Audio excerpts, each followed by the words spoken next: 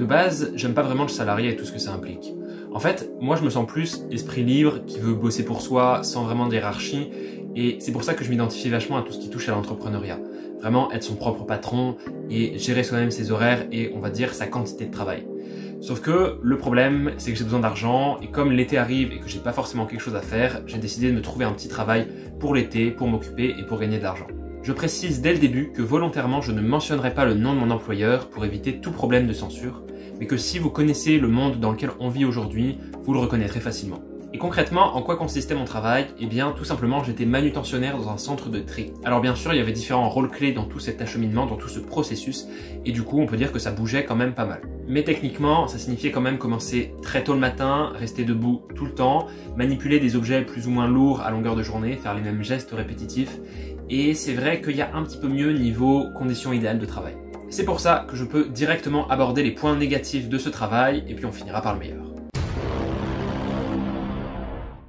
Personnellement, je pense que le principal point négatif que j'ai trouvé, en fait, c'était lié à la santé. Donc un problème de santé lié à la répétition de tous les actes qu'on devait faire tout le temps. En gros, c'est vrai que ça donne un peu l'impression de devenir une machine, de faire tout le temps le même geste toute la journée. Et il en résulte un mal de dos, mal aux jambes, mal aux pieds, mal aux mains, mal aux articulations. Juste en fait de prendre un colis, le déplacer tout le temps, et tu fais ça pendant des heures, toute ta journée. Le soir, t'es quand même content que ce soit fini, mais tu sens que ça t'a fatigué, mais de douleur un petit peu. Et à ça, il faut ajouter les horaires contraignants, c'est-à-dire que la journée commençait à 6 h du matin et se finissait à 1 h 30 avec juste une petite pause de 25 minutes en plein milieu. Donc ça faisait, t'arrivais à 6 h du matin, tu travaillais 4 heures, tu faisais une petite pause et après t'avais encore à peu près 4 heures. Et du coup, en commençant à 6 h tôt, moi je devais me lever à 4 heures tous les jours. Et c'était fatigant parce que tu te lèves tôt et en plus tu fais toujours les mêmes choses toute la journée. Donc ça te fatigue le corps, mais en même temps ton esprit est fatigué parce que tu manques de sommeil. Et la conséquence de tout ça, c'est qu'il y a une sorte de fatigue constante qui reste et qui est assez difficile à enlever parce que tu rentres chez toi, t'es crevé parce que tu t'es levé à 4 heures. Du coup, tu fais une sieste, mais du coup, la sieste va te permettre de récupérer un peu, mais tu vas rester un peu somnolent. Et en fait, ça donne un peu l'impression, du moins c'est ce que moi j'ai pensé en tout cas, qu'on est toujours un petit peu entre le rêve et l'éveil. Je sais pas si vous avez vu Fight Club, mais au tout début, quand le personnage principal, le narrateur, dit qu'il est insomniaque et qu'il confond le rêve et la réalité, c'est un peu ça. Il y a des jours, vraiment, je travaillais, je savais pas si j'étais en train de dormir ou quoi que ce soit. Mais on est conscient, mais en fait, la fatigue se fait omniprésente et c'est une sensation assez bizarre. Après, lié aux horaires contraignants aussi, il y a peut-être tout ce qui touche autour de la vie sociale, c'est-à-dire qu'en se levant à 4 h du matin, on va pas faire long feu le soir. C'est-à-dire que moi, j'essayais de me coucher vers 21 h, 22 h des fois quand j'y arrivais pas, mais ce que je veux dire par là, c'est que tu peux pas nécessairement échanger super bien avec les autres qui, eux, ont leur train de vie peut-être un peu décalé et qui vont se coucher plus tard. Et même, je veux dire, je sais pas, des fois, des gens qui veulent regarder des films, aller au cinéma, le soir, non, c'est pas possible, tu vas dormir, tout simplement. Et c'est un peu frustrant des fois, parce que t'as l'impression peut-être de vivre ta vie en décalé et de pas être en accord avec tout ce que les autres vivent, en fait. Et il y a une petite source de frustration, parce que tu te dis, j'ai l'impression de vivre une vie à part de ce que le monde vit en général. Autre point négatif aussi, c'est pas très épanouissant personnellement de trier des colis à longueur de journée. C'est vrai que niveau épanouissement, dans d'autres travails, j'ai quand même trouvé une source peut-être de satisfaction personnelle un peu plus élevée. Et là, non, franchement, tu tries des colis, tu sais pas ce qu'il y a dedans, tu sais pas vers qui ça va. Et à la limite, on pourrait quand même trouver quelque chose d'assez gratifiant dans le fait d'avoir une activité manuelle, tu travailles avec tes mains, avec tout ton corps en fait, et c'est pas quelque chose d'abstrait. Mais pour autant, je trouve que c'est un peu... ça manque de saveur en fait. Il y a presque un côté un peu déshumanisant dans le sens où peu importe quelles sont tes forces, quelles sont tes faiblesses, tu restes là pour juste ta force, ta capacité à trier des colis en fait. Peu importe d'où tu viens, peu importe ce que tu sais faire, quels sont tes domaines de prédilection. Du coup, ouais, c'est frustrant. Des fois, t'as pas l'impression vraiment d'être jugé à ta juste valeur. Et puis justement, il y a aussi ce côté où, et c'est ça aussi qui m'énerve dans le salariat, tu échanges ton temps contre de l'argent. Et encore plus dans un domaine comme celui-ci où tu peux être super productif, mais tu fais quand même tes heures de taf. Je le répète, du coup, on était un centre de tri, donc il y avait des colis qui arrivaient, une certaine quantité, et nous, on devait rapidement les trier pour pouvoir les réexpédier à temps sur un autre site, en fait. Et en fait, ce qui est assez énervant vis-à-vis de ça, et que je n'aime pas forcément aussi dans le salariat, c'est que, typiquement, il y a des jours, tu travailles 8 heures, et imaginons, il y a 20 000 colis qui doivent arriver. Donc, 20 000 colis toute la journée, on va dire 20 000, ça reste calme, c'est cool, donc tu travailles relativement bien. Et puis, il y a d'autres jours, pendant 8 heures, où à ce niveau-là, ça va plus être 60, 70 000 colis qui vont arriver. Ce qui fait qu'il y a des jours où tu vas travailler 3 fois plus, tu vas te crever 3 fois plus à la tâche, tu vas être plus productif, plus efficace, tu vas être débordé en fait par tout ce qui va arriver et tu vas du coup te fatiguer beaucoup plus. Mais au final, c'est la même rétribution derrière. C'est-à-dire que tu es payé pour la quantité en temps de travail que tu fais, mais non pas la valeur de ton travail. Et ça, c'est quelque chose avec lequel j'ai beaucoup de mal, et voilà pourquoi moi, j'aime pas forcément le salariat et je m'y projette très mal, parce que du coup, je préfère travailler avec application sur quelque chose, mais on va dire viser plutôt la productivité, viser quelque chose de réussi, de fini, plutôt que viser en fait le temps nécessaire pour obtenir ce résultat en fait. Et enfin, dernier point négatif que j'ai trouvé, quoique j'en ai quand même pas mal réuni, donc je pourrais quand même en trouver plus, je pense, c'est le fait d'accepter la médiocrité. Si je dis médiocrité, c'est pas dans un but péjoratif pour critiquer les gens qui font ça tout le reste de l'année, pas du tout. Mais c'est pas très gratifiant du point de vue social et c'est pas non plus super bien vu parce que tu te lèves super tôt, justement tu as des horaires compliqués, tu as des conditions de travail qui sont compliquées et dans un certain sens, il y a des métiers qui aujourd'hui sont beaucoup plus satisfaisants, sont beaucoup plus émancipateurs et moi ça m'a un peu fait de la peine parce que j'ai trouvé qu'il y avait plein de gens, de collègues qui en fait depuis longtemps avaient accepté cette médiocrité-là et aujourd'hui ne la remettaient plus en cause. Et que ce que je veux dire par là, c'est que ça m'a presque fait de la peine parce qu'il y avait des gens que j'avais l'impression, ils avaient comme perdu leur rêve d'autre chose et aujourd'hui ils faisaient ça vraiment comme des robots.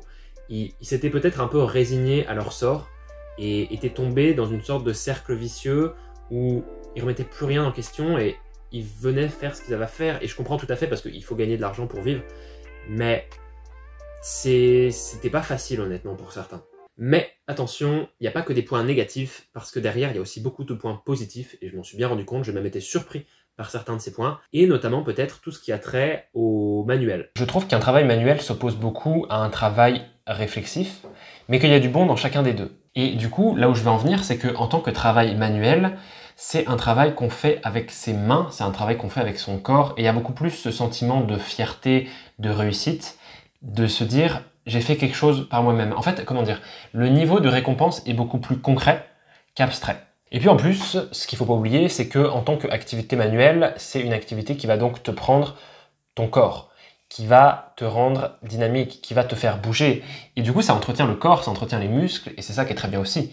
Si tu fais 35 heures par semaine juste assis sur ta chaise devant ton ordinateur, ça va pas mener bien loin au niveau du sport, clairement, et tu vas devoir faire une activité sportive à côté.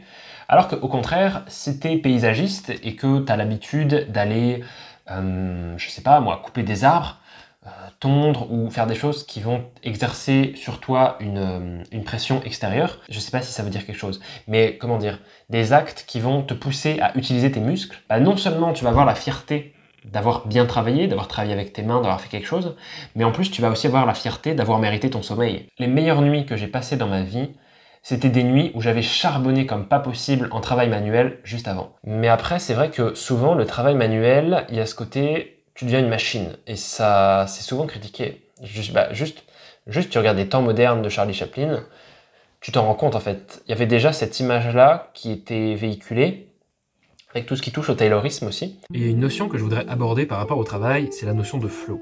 Le flow, qu'est-ce que c'est ?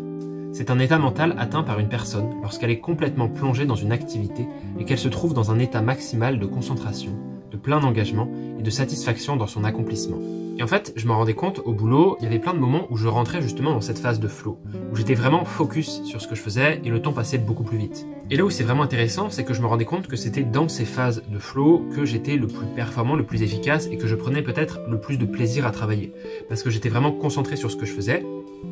Et il y avait beaucoup moins de déconcentration, il y avait beaucoup moins peut-être de réflexion extérieure qui venait parasiter un petit peu la tâche pour laquelle j'étais assigné. Et il en résultait du coup une impression de travailler bien mieux en fait. Et je pense que c'était aussi véritable, je travaillais mieux dans ce moment-là. Et du coup je me pose un peu la question, comment est-ce qu'on peut retourner en fait dans cette phase de flow dans la vie de tous les jours pour justement faire des tâches différentes. Mais moi ce que j'ai kiffé vraiment, c'était d'être focus à 100% dans le mouvement et d'avoir une sorte d'implication mutuelle entre ton corps et ton esprit, justement par rapport à l'acte manuel. Et du coup déjà je trouve ça enrichissant parce que rien que cette expérience de travail, je trouve, ça m'a donné une considération différente pour le flow et pour la manière dont tu travailles avec l'aspect manuel en fait. Et je pense que exercer un travail qui est très manuel, c'est super intéressant, il faut le faire au moins peut-être une fois dans sa vie, pour peut-être un peu plus après considérer aussi le travail qui est plus mental. Et après maintenant, pour aborder les points positifs de ce travail, Déjà, il y a le fait de se lever à 4 heures du matin. Il y a vraiment une sorte de satisfaction de se dire, d'être debout en fait, se lever à 4 heures du matin et de se dire tout le monde dort et moi je commence ma journée. Même le matin, après m'être levé, etc., quand je partais de la maison, le quartier donc dans lequel je suis, il faisait nuit noire, c'était désert, il n'y avait pas un bruit.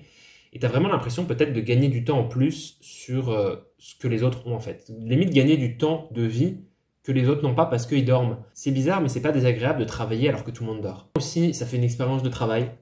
Franchement, ouais, c'est un enrichissement personnel. Je veux dire, j'avais jamais travaillé en tant que manutentionnaire. Maintenant, je peux dire que je l'ai fait et je peux avoir de l'expérience et en parler en toute connaissance de cause. Donc voilà, je pense qu'il faut jamais rejeter et repousser. En fait, il faut jamais dire non à une éventuelle expérience en plus. Et maintenant que je l'ai, je regrette rien, donc c'est parfait. Autre point positif, bah, c'est la thune, évidemment. C'est-à-dire que si j'ai travaillé, c'était quand même pour avoir un salaire derrière. Donc à la fois, il y a cet enrichissement personnel, il y a toute cette expérience de travail qui est bien. Et en plus de ça, tu gagnes de l'argent qui va pouvoir te permettre d'en vivre après, juste d'avoir une vie décente. Donc c'est parfait, je pense que c'est quand même un point à souligner. Il n'est peut-être pas le point numéro 1 selon moi, mais c'est quand même important d'avoir une rémunération, quoi. Il faut vivre dans la vie.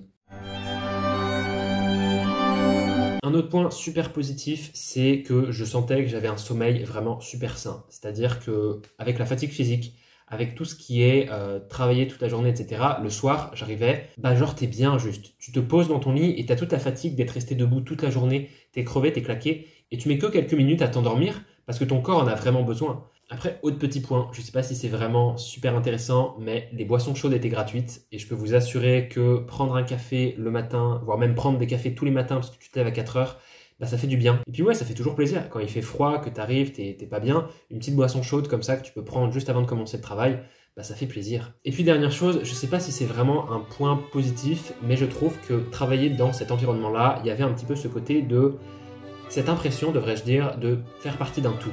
De se sentir utile à la société, même si c'est à petite échelle.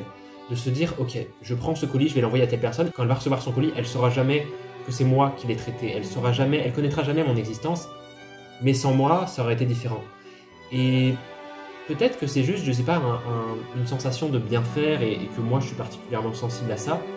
Mais j'aime me sentir utile et j'aime aider les gens. Et je me dis, bah, peut-être ma courte expérience de travail de quelques mois dans cet environnement de travail n'aura pas changé le monde. Mais j'aurais participé en fait à permettre à des milliers, si ce n'est des millions de personnes à travers le monde, plus particulièrement en France, de recevoir leur colis. Et je me dis, bah, c'est une petite échelle, je fais partie d'un tout et ça fait plaisir en fait de se dire ça parce que quand tu peux te sentir parfois un peu seul, quand tu peux un peu chercher du sens à ta vie, je pense qu'avoir un travail qui est très concret, où tu fais des choses techniquement qui vont résoudre des problèmes, même si ce n'est pas des problèmes super importants, je veux dire les gens qui commandent des Crocs sur internet et qui les reçoivent, ça va peut-être pas non plus changer leur vie, mais ça répond quand même à un problème, ça répond à un besoin, et participer en fait à acheminer tous ces colis qui peuvent aider des gens, je trouve qu'il y a quand même une forme de satisfaction personnelle, que moi j'ai ressenti en tout cas. Et je pense sincèrement que c'est important de citer ça, parce qu'on a beau parfois passer pour des robots, derrière c'est quand même des robots avec des cœurs qui travaillent, et j'ai presque envie de dire que tout point positif, toute petite chose qui peut nous aider à prendre du plaisir dans ce qu'on fait, bah, il faut s'en saisir et essayer de la faire durer le plus longtemps possible.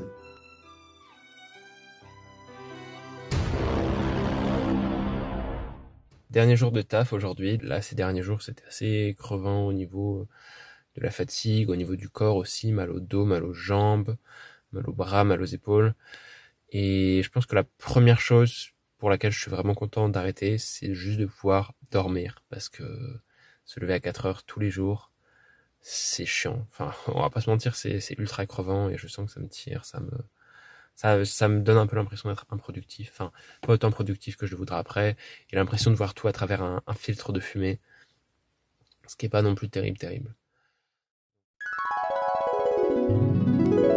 C'est quand même assez perturbant parce que j'ai rencontré des gens, j'ai fait des activités que j'avais jamais fait avant. Et il y a toujours ce côté, je dis au revoir à des choses sans savoir si je la verrai un jour. Et même si c'était pas toujours la grande joie, si c'était un travail éprouvant, il y a quand même quelque chose il y a quand même une part de moi qui est un peu triste de dire au revoir à tout ça. Je pense que de toute façon, il faut tirer un enseignement de toute expérience qui nous arrive dans la vie. Et ici, j'en tire un très fort. Donc merci beaucoup. Je pense que c'est le fin mot de cette vidéo. Merci pour ce qui s'est passé. Et puis, qui sait, à une prochaine fois peut-être. Peut-être que je reverrai ces gens, peut-être que je reconnaîtrai ces lieux. On verra. Au final, travailler là-bas n'a pas été si contraignant que ça. Certes, c'était difficile, mais j'ai survécu. Je pense que chaque travail doit être vu comme une opportunité d'apprendre quelque chose, de développer ses compétences et ses connaissances et d'en sortir plus grand, enrichi d'une expérience professionnelle, mais surtout personnelle. Car au fond, qu'est-ce que le travail vis-à-vis de l'existence humaine? Un simple moyen de survivre ou quelque chose d'encore plus profond? J'avais comme l'impression de quitter ces hommes et ces femmes devenus mes camarades de galère, des gens comme n'importe qui, mais étrangement condamnés à rester à la même place sans jamais s'en rendre vraiment compte. La prison que je leur devine n'est telle que leur esprit. Je sens que je les abandonne, et j'ai peur que pour eux les prochaines années gardent ce même goût amer, de banalité médiocre et de répétition machinale. J'ai peur pour eux, et je culpabilise légèrement d'oser agir pour m'en sortir. Mais, plus que tout, ma foi se renforce et je me sens plus déterminé que jamais à réussir. J'en sors grandi, j'en sors meilleur.